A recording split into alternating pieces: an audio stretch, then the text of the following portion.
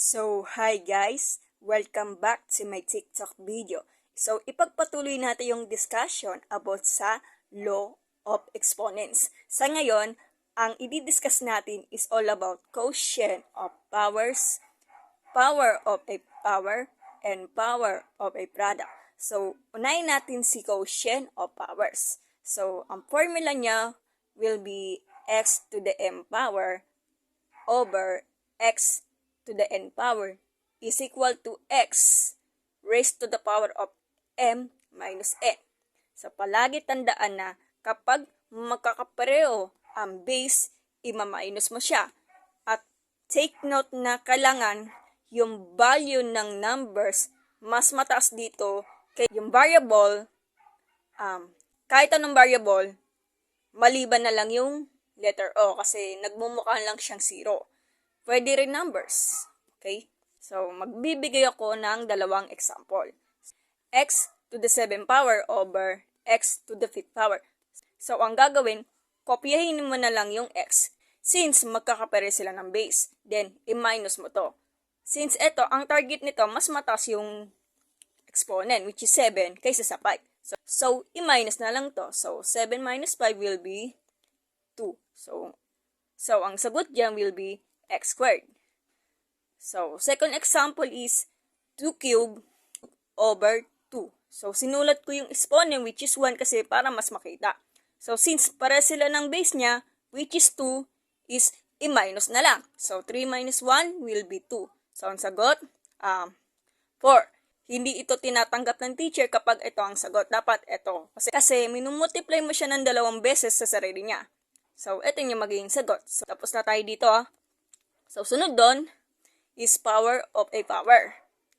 Ibig sabihin nun, i-copy na lang yung base, then i-multiply mo yung loob ng value ng exponent doon mismo sa labas ng exponent. Kaya siya tinatawag ng power of a power. It means, multiply mo yung loob ng exponent doon mismo sa labas ng exponent. So, ang magiging resulta will be x to the m power times n. So, magbibigay ulit ako ng dalawang example. So, open parenthesis 3 square, close parenthesis, times cube. So, ang gagawin, i-copy na lang yung 3. So, 3, then multiply mo yung loob ng parenthesis doon mismo sa labas ng parenthesis. So, 2 times 3, so ito yung kasulatan niya. So, will be 6. So, hindi naman pwede itong magiging final answer kasi i-multiply mo siya ng 6 times itself. So, saka hindi ka pwedeng mag-calculator. Kailangan talaga i-compute mo siya manually. So, 3 times 3 times 3 times 3 times 3 times 3, 6 times, ang sagot niya will be 729. So, second example is open parenthesis CF to the 4th power, close parenthesis, times 7. So, ang gagawin, so, sinulat ko yung exponent will be 1 kasi para mas makita. So, kailangan ipaghiwalay mo yung mga variable. So, ito yung kasulatan niya. Open parenthesis C, raised to the power of 1 times 7, close parenthesis, times, kasi ito, dito magkasya. So, times, open parenthesis, F to the 4th power times 7, close parenthesis. So, i-simplify mo siya or i-solve. So, ang magiging C to the 7 power, F to the 28 power. So, ayun yung magiging sagot. So, ito, wala to problema. Pero na lang to kasi imumultiply mo ng 6 na beses sa sarili niya. Power of a product. Ito, formula niya will be open parenthesis, x, y, close parenthesis, times to the m power. So, will be x to the m power times y to the m power. So, inisip natin na yung m nilalagay dito. So, para ka lang nagdi-distribute, ididikit mo lang, yun lang.